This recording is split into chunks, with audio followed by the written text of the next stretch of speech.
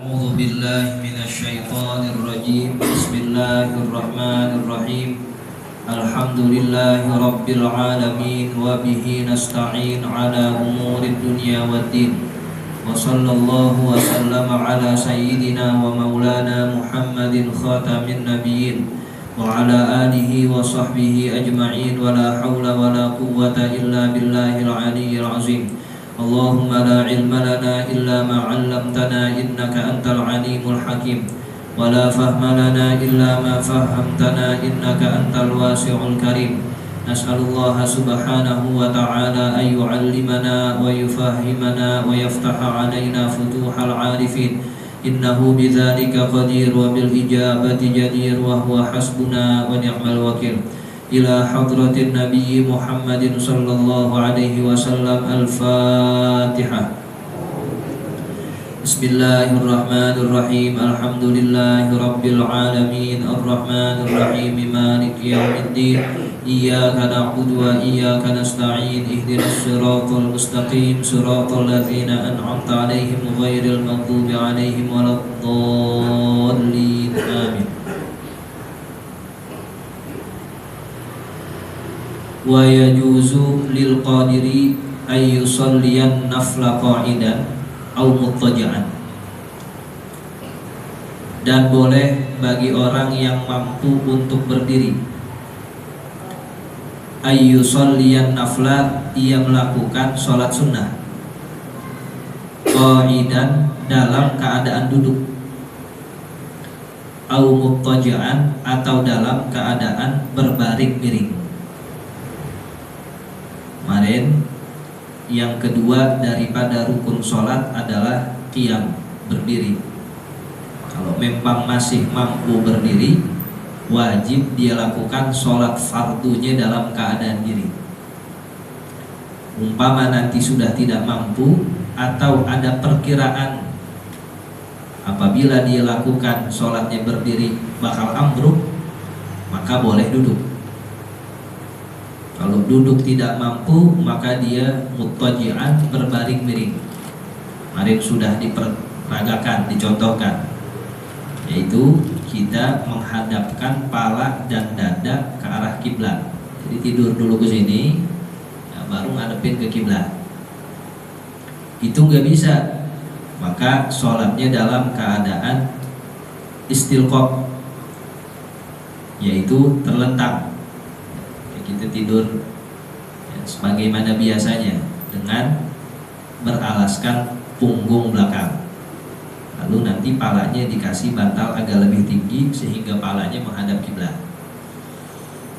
Kalau sudah tidak mampu dalam bergerak tidur itu, maka diisyaratkan dengan ajfan, kedipan mata. Kalau sudah mampu lagi, dia mengisyaratkan dengan hati. Itu sudah terakhirnya datu. Nah sekarang apabila seseorang ingin melakukan sholat sunnah, maka rukun berdiri tidak berlaku. Artinya orang mampu diri, sehat, tapi dia melakukan sholat sunnahnya duduk, sah. Kalau sholat fardu nggak bisa begitu. Dia mampu diri, sholat isanya duduk, nggak sah sholat isanya, sebab masih mampu diri. Tapi kalau sholat sunnah, umpama masih sehat, bisa diri, dia lakukan duduk, itu sah ya, sebab keberlakuan rukun berdiri hanya pada sholat fardu saja. Atau dia melakukan berbaring miring, bisa diri. Nah, ini mau sholat tahajud ntar sambil tiduran, boleh aja. Pernah jajalin sholat tahajud sambil tiduran? Diri aja jarang, mau gimana sambil tiduran? Gak apa-apa. Kita untuk mempraktekkan ilmu harus diperagakan minimal sekali ya, seenggaknya kita pernah praktekin sholat duha sambil tidur, dah miring begitu ya, besok-besok diri lagi aja. Ini buat biar ingat kalau ada satu ilmu namanya boleh sholat sunnah dalam keadaan duduk atau tidur miring, itu diperbolehkan. Ane pernah ngelakuin berkata sekali. Itu dianjurkan tuh oleh para ulama supaya ingat kita lakukan, meskipun ini khilaful aula nantinya, tetap yang diafdolkan adalah yang diri. Lakin akan tetapi sawabul qaidi, pahala orang yang sholat sunnahnya sambil duduk, nisfu sawabil qaimi, setengah pahala orang sholat sunnahnya sambil berdiri. Pahalanya kurang. Kita mampu berdiri sholat sunnahnya duduk, yang tadinya umpama nih pahalanya 100 jadi gocap 50 karena pahalanya setengah. Wasawabul muqajji, dan pahala orang yang sholat sunnahnya dalam keadaan berbaring miring, nisfu sawabil qaidi, setengah pahala orang yang sholat sunnahnya duduk. Jadi duduk berapa? Gocap. Tapi kalau dia sholat sunnahnya sambil tidur miring, gigo, gitu aja. Sah kira-kira? Sah, dikit dapat pahalanya. Tidak apa-apa, sekali kita lakukan biar ingat, oh ada namanya ilmu sholat sunnah, boleh duduk, boleh sambil berbaring miring meskipun kita sehat. Nah, besok-besok kita lakukan yang afdolnya, yang utama ya tetap berdiri. Wasalisu, dan rukun yang ketiga, takbiratul ihrami, adalah takbiratul ihram. Wa yata'ayyanu fiha, dan ia menyatakan di dalam takbiratul ihramnya Allahu Akbar, dengan lafaz Allahu Akbar. Fala tasihhu bi ghairi dzalika, sehingga tidak sah bi ghairi dzalika, selain dengan lafaz Allahu Akbar, lil qadiri alaihi, bagi orang yang mampu atasnya itu, ya, atas lafaz Allahu Akbar itu. Jadi nggak boleh kita ganti dengan zikiran yang lain. Umpama kita ganti dengan tasbih subhanallah, biasa, atau kita ganti dengan la ilaha illallah, nggak boleh. Ya, ta'ayyan itu sudah terkhususkan lafaznya, warid dari Rasulullah Shallallahu Alaihi Wasallam dengan lafaz Allahu Akbar, maka namanya takbiratul ihram, takbir. Pun di dalam takbiratul ihram nggak boleh diganti-ganti. Umpama kita ganti dengan sifat atau nama Allah yang lain, Ar-Rahmanu Akbar, nggak boleh juga tuh. Kan Ar-Rahman nama Allah juga, ya nggak boleh tetap. Atau akbarnya kita ganti dengan A'zam, Allahu A'zam, kan sama-sama maknanya maha besar. Akbar maha besar, A'zam juga maha agung, maha besar, nggak boleh. Ya, jadi harus sesuai Allahu Akbar. Pelafazannya pun harus sesuai. Jangan yang pendek dipanjangin, yang panjang dipendekin. Umpama yang pendek dipanjangin Allah, ya, yang pertama kan pendek dipanjangin apa dia? Allahu Akbar, nggak sah. Sebab di situ ada hamzah istifham yang didobelin, seakan-akan ada pertanyaan. Allahu Akbar, tadi ini kan pengakuan Allah maha besar, tapi pas dipanjangin beda tuh artinya. Entah apakah Allah maha besar, jadi pertanyaan. Nah itu geser. Atau hu-nya dipanjangin Allahu Akbar, bukan pendek, dipanjangin sama dia, geser.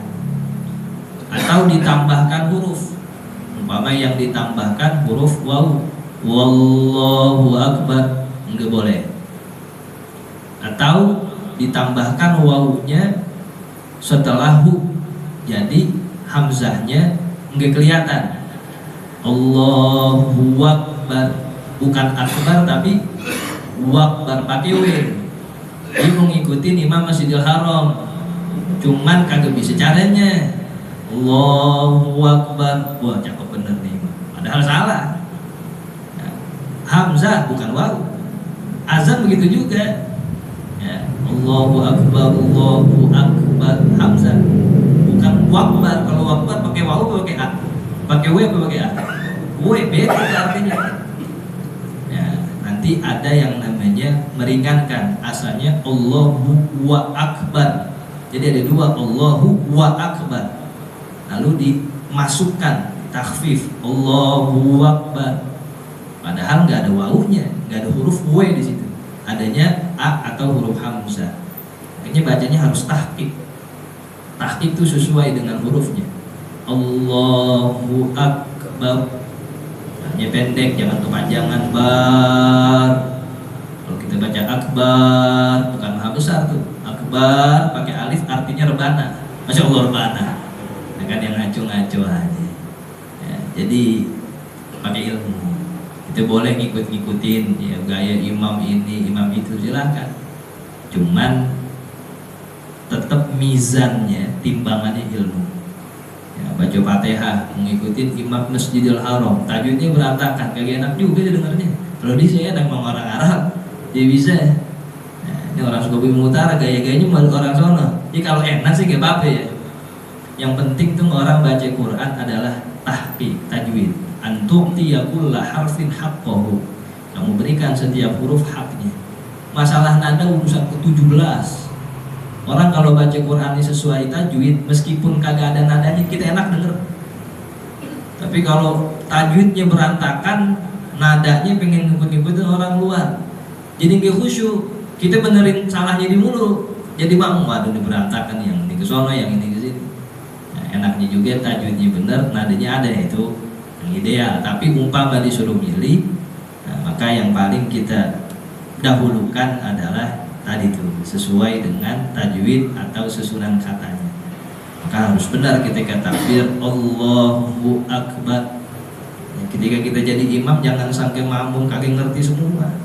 Ya, ada yang berilmu, ada yang tahu, sehingga nanti ketika dia menjadi makmum lalu diimami umpama sama orang yang kurang daripada bacaannya, itu nggak sah bagi dia doang, sebab dia mampu.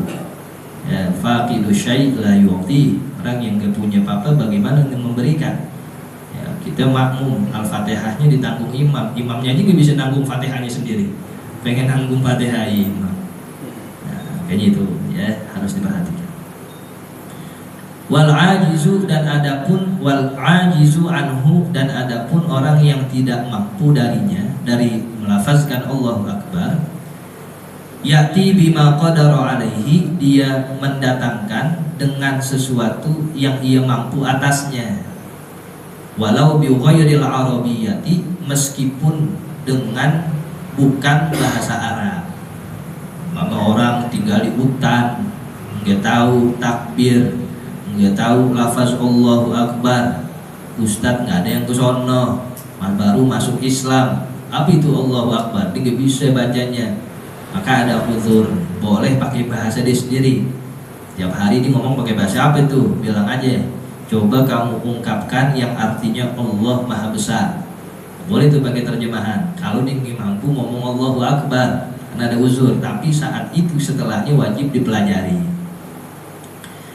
Wasunnatu, dan adapun sebuah kesunahan, aqibah hadhihi takbirati, setelah melafazkan takbiratul ihram, ayyaqra'a doa al-iftitahi, ia membaca doa iftitah, Allahu Akbar kabira walhamdulillahi katsira, dan seterusnya. Dibaca yang ringkas, subhanakallahumma wa bihamdika wa tabarakasmuka wa ta'ala jadduka wa la ilaha ghairuk. Nah, itu baca itu sunnah takbiratul ihram.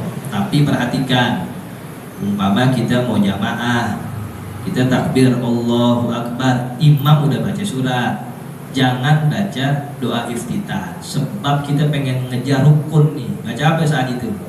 Al-Fatihah kita baca. Kalau kita ngejar iftitah, nanti imam ruku baru kita baca Al-Fatihah, belum rapi, nggak sah. Karena yang harusnya kita dahulukan yang wajib dipakai buat baca yang sunnah. Ilmu sekali lagi. Karena keadaan setiap orang sholat itu bisa beda-beda. Ada yang dari awal ngikutin imam, ada yang pertengahan Fatihah baru masuk, ada yang minal jinnati wan nas baru masuk dia. Saat itu gimana keadaannya? Uber Fatihah, mau berapa ayat baca, meskipun nanti ditanggung sama imam, jangan baca yang lain, langsung Bismillahirrahmanirrahim. Karena iftitah ta'awuz sunnah, saat itu keadaannya kepepet, mudayyak, sempit. Maka yang harus kita baca yang rukunnya. Ya, kamu kita baca iftitahnya, kan Fatihah ditanggung imam. Kagak, kamu masih ada sepersekian detik buat baca Fatihah. Itu yang harus dibaca. Kalau memang keadaannya begitu udah akhir-akhir, imam baca kuliah kulhu kan, kalau gitu itu aja udah kuliah kulhu. Kita datang pas komat lagi, wudhu dulu ya, mas ngaji bener pengen dapetnya shot terakhir ya, ketika dia baru Allahu Akbar udah dikit lagi selesai. Nah, maka yang harus kita kejar tuh bacaan Fatihahnya. Tapi kalau dari awal imma kita mengikutinya berjamaah atau munfarid, disunnahkan membaca iftitah. Tsumma yata'awwadzu minasyaitonir rajim, kemudian dia berlindung kepada Allah dari setan yang terkutuk. Ta'awuz. Jadi ini berurutan kesunahannya. Iftitah dulu baru ta'awuz, bukan ta'awuz dulu baru iftitah. Ta'awuz itu kesunahan sebelum kita baca bismillah. Adanya pada setiap rakaat. Tapi kalau iftitah cuma pada rakaat yang pertama. Jadi umpama kita Allahu Akbar baca ta'awuz, a'udzubillahi minasyaitonirrajim, itu kesunahan iftitah udah lewat, udah nggak perlu lagi baca iftitah karena kita sudah memilih ta'awuz. Kalau mau membaca iftitah jangan baca ta'awuz, langsung aja Allahu Akbar kabira. Karena ketika kita membaca ta'awuz itu sudah meluputkan, melewati kesunahan iftitah. Nah, ta'awuz ini tempatnya sebelum bismillah, adanya di setiap rakaat. Entah rakaat kedua baca lagi kesunahan ta'awuz. Cuman rakaat kedua kita nggak baca lagi doa iftitah, cuman adanya di rakaat pertama. Nah, maka harus berurutan. Kalau kita udah baca ta'awuz lewat atau kesunahan iftitah ya nggak apa-apa, lanjutin aja. Man kalau mau dua-duanya dapat, iftitah dulu kita baca, baru ta'awuz. Warabi'u, adapun rukun sholat yang keempat, qiraatul fatihati, ialah membaca surat al-fatihah yang berjumlah 7 ayat, bil basmalati, dengan membaca bismillahnya. Karena bismillah termasuk ayat dalam mazhab kita, itu diperhitungkan sebagai satu ayat dalam surat al-fatihah. Adapun bacanya sir, pelan atau jahar itu teknis aja. Tapi jangan sampai kita melewati membaca bismillah. Umpama kita baca Allahu Akbar, alhamdulillahirabbil alamin. Kamu tadi baca sir ya, pelan? Enggak, saya langsung aja itu alhamdulillah. Biasa. Karena keliwatan satu ayat dari Fatihah. Tapi kalau kita tanya, tadi kok kamu sholat maghrib saya nggak denger ya bismillahnya. Oh, saya baca pelan. Enggak apa-apa. Itu teknis namanya. Meskipun yang afdol ketika jahar kita baca bismillahnya jahar juga. Tapi umpama dia baca bismillahirrahmanirrahim pelan, dirinya sendiri yang dengar nggak apa-apa. Karena memang ada mazhab yang berpendapat boleh demikian. Fi qiyami kulli rakaatin, pada saat berdiri setiap rakaat. Fatihah nggak luput, mau yang 2 rakaat, 3 rakaat, 4 rakaat, semuanya wajib kita baca Al-Fatihah dengan bismillahnya. Wal masbuku, akan tetapi orang yang berstatus masbuk, dia tahammaluha anhul imamu, menanggung akan Al-Fatihah itu, anhu darinya, al-imamu seorang imam. In kana ahlan litahammuli, apabila imamnya itu layak litahammuli, untuk menanggung Fatihah makmumnya. Lihat nih ibarat kita pakai syarat. Jadi Fatihah masbuk yang ditanggung imam, kalau imamnya bisa nanggung Fatihah makmumnya. Artinya apa? Bacaan Al-Fatihah imam harus lebih bagus daripada bacaan makmum yang ditanggung. Dia menanggung orang, artinya bacaannya harus lebih bagus. Umpama kebalikan, makmum masbuknya yang lebih bagus Fatihahnya, sementara imamnya kurang bagus, yang bilang jelek dah, kurang bagus dari bacaan makmum, dia gimana mau nanggung? Buat ngurusin dirinya aja dia gak bisa, dia mau nanggung orang yang bisa, maka gak sah. Untuk itu di dalam pemilihan imam harus benar-benar kita hati-hati, karena keabsahan makmum nanti ya tafawat, berbeda-beda nih. Jadi jangan anggap makmum semuanya dipukul rata. Umpama imamnya Al-Fatihah kurang bagus daripada ada satu makmum, bagi dia itu yang lebih bagus enggak satu. Karena bagaimana mau ditanggung? Orang imamnya ngurusin Fatihahnya belum bisa, kurang bagus. Tapi bagi Fatihah makmum yang sama atau lebih kurang bagus daripada imamnya, dia sah. Sebab ya darajatnya di bawah si Fatihah imam itu. Ya, saya sering bilang, program apa yang harus diprioritaskan bagi masjid dan musola? Boleh kita buat muharraman, buat maulid, buat ya segala macam acara-acara. Masjid yang paling penting itu kan dipakai buat jamaah, ini tiap hari. Kalau acara-acara begitu sanawiyan, tahunan adanya. Tapi kalau jamaah itu yaumiyan, tiap hari. Maka program yang harus diperhatikan benar bagi pengurus masjid dan mushola adalah ikhtiyarul imam, pemilihan imam. Sebab kita pengen semua makmum tercover Fatihahnya dari dia. Ya, kalau umpama kita lihat kayaknya di kampung kita makmumnya sama aja ke imamnya, silahkan. Cuma kita nggak tahu musafir dari mana-mana datang. Tuanya orang alim, ya, nanti bagi dia nggak sah kesian. Ya, punya ada ustadz, kenapa ente jarang sholat jamaah? Ya, jangan kita dulu buat suuzon kepada dia. Yang namanya orang alim itu pasti ada alasannya. Kita nggak tahu. Ya gimana sih mau sholat? Imamnya itu bacaan Fatihahnya kurang dari saya. Kalau saya sholat jamaah, saya nggak sah. Sebab bacaan Fatihahnya itu kurang dari saya. Bagi yang lain yang sama atau yang kurang bisa sah. Tapi bagi dia itu nggak sah. Kayaknya itu dia. Kita kalau umpama ada orang yang benar-benar kita lihat di kampung itu bacaan Fatihahnya bagus, dia suruh imam. Ya, kalau bisa lebih banyak harinya, karena memang dia yang bisa mengcover jamaahnya. Kayak begini nih masbuk begini. Kalau ada yang masbuk, lalu dia tidak membaca Fatihah, kan imamnya yang nanggung. Sementara kalau imamnya kurang bacaan Fatihahnya, keilmuan Fatihahnya kurang, nah, maka bagi dia nanti yang masbuk nggak bisa ditanggung, nggak sah sholatnya kesia. Nah itu ya. Benar-benar tuh kita perhatikan, karena bagi yang masbuk imam nanti akan menanggung Fatihahnya in kana ahlan litahammul. Ada in, apabila itu imam memang layak untuk menanggung Fatihahnya. Berarti ya mafhumnya apa? Kalau imamnya kagak layak buat nanggung Fatihahnya, itu makmum masbuk kagak baca Fatihah. Kalau sholat kagak baca Fatihah sah apa gara-gara? Kagak sah. Nah, ya benar-benar tuh kita perhatikan. Wa yajibu tartibul Fatihati, dan wajib tersusun membaca Fatihah. Wa muwalatuha, dan meruntutkan Fatihah itu. Mulai dari ayat pertama, jangan ngacak. Ya, semuanya tersusun. Wa tajwidu hurufiha, dan wajib membaca tajwid huruf-huruf Al-Fatihah. Wa mura'atu tasydidatiha, dan mencermati tasydid yang ada di Al-Fatihah. Al-arba'a asyarata, yang berjumlah tasydidnya itu 14 tasydid. Sampai tasydidnya harus benar ya, huruf-hurufnya harus sesuai.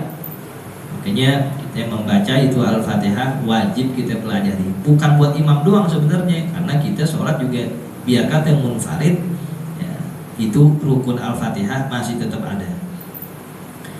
Wa man ajaza 'anil Fatihati, dan siapa orang yang tidak mampu dari membaca Al-Fatihah, qara'a badalaha, ia baca pengganti Al-Fatihah, sab'a ayatin minal Qur'ani, sebanyak 7 ayat daripada Al-Qur'an. Umpama orang nggak bisa Al-Fatihah, maka cari 7 ayat dari Al-Qur'an. Ya, orang Fatihahnya nggak bisa, ya bagaimana jadi 7 ayat lagi soal Al-Quran ini umpama nih, nah, dia Fatihahnya nggak mampu, maka dia cari 7 ayat dari Al-Quran, dan huruf pengganti itu nggak boleh kurang dari huruf Fatihah. Ya, kalau 7 ayatnya dikit-dikit, ya umpama surat yang dikit-dikit tuh ya, Al-Haqqah, Mal-Haqqah, itu aja 2 ayat. Sementara Al-Fatihah 2 ayatnya Bismillahirrahmanirrahim, Alhamdulillahirabbil alamin. Banyakan mana ayatnya? Hurufnya banyakan Fatihah. Man ayatnya sama apa kagak? Ayatnya sama-sama 2. Nggak boleh tuh mengganti ya 2 ayat tapi huruf daripada ayat itu lebih sedikit. Kalau mau ganti 2 ayat minimal sama atau lebih. Ya bingung juga ngitunginnya. Sementara di Fatihahnya juga nggak bisa. Ya, nah ini ilmunya begitu dulu. Cari dia ayat lain sebanyak 7 ayat, cuman hurufnya nggak boleh kurang daripada huruf Al-Fatihah. Fa'in ajaza 'anil Qur'ani, maka apabila ia tidak mampu dari membaca Al-Quran, saya nggak bisa juga cari 7 ayat selain Fatihah, ada Fatihah aja saya nggak bisa. ata bisa ba'ati anwa'in minaz zikri, maka ia membaca 7 macam zikiran. Cari zikiran 7 macam dia baca itu untuk mengganti Fatihah. Tetap syaratnya zikiran itu nggak boleh kurang hurufnya dari Fatihah. Sampai 7 macam, subhanallah, alhamdulillah, wala ilaha illallah, wallahu akbar. Nah, dihitung dah tuh, ini udah 4 macam, bisa gantiin dah tuh 4 ayat. Umpamanya kurang ya cari yang lain zikirannya. Umpamanya sayyidul istighfar 1, ya taruh zikiran yang lain 2. Yang penting hurufnya itu nggak kurang daripada Al-Fatihah yang digantikan. Fa in ajaza 'anil zikri, maka apabila dia tidak mampu juga daripada zikir, Fatihah nggak bisa, menggantikan 7 ayat Quran juga nggak bisa, zikiran yang 7 macam juga nggak bisa, waqafa sakitan, maka wajib dia berhenti dalam keadaan diam, biqadriha, dengan seukuran membaca Al-Fatihah, wala yutarjimu anha, dan Al-Fatihah tidak boleh diterjemahkan darinya. Karena zikir gak bisa juga, diam aja dah, Allahu Akbar. Biasanya orang baca Fatihah berapa detik, berapa menit, semenit, ini diam semenit, diam aja dah. Nah habis bagaimana? Ya, ganti 7 ayat Quran gak bisa, zikiran 7 macam juga gak bisa, jadi diam aja. Dengan syarat itu tidak boleh ya kurang daripada orang yang membaca Fatihah, karena Al-Fatihah nggak boleh diterjemahin. Segala puji bagi Allah Tuhan semesta alam. Kalau takbiratul ihram masih boleh tadi. Cuma orang nggak bisa takbiratul ihram, kita ngomong Allahu Akbar, Allah Maha Besar. Ya, orang Inggris bilang Allah very big, umpamanya dikata begitu, masih boleh tuh. Kagak ada yang ngajarin Ustaz di Amerika umpama Allah very big, masih boleh. Tapi kalau Fatihah nggak boleh tuh. Alhamdulillah Rabbil Alamin. Apa bahasa Inggrisnya? Oh kita ini bahasa Inggris nggak bisa juga lagi. Nah kalau Fatihah nggak bisa, itu bisa diganti. Ya. Sini.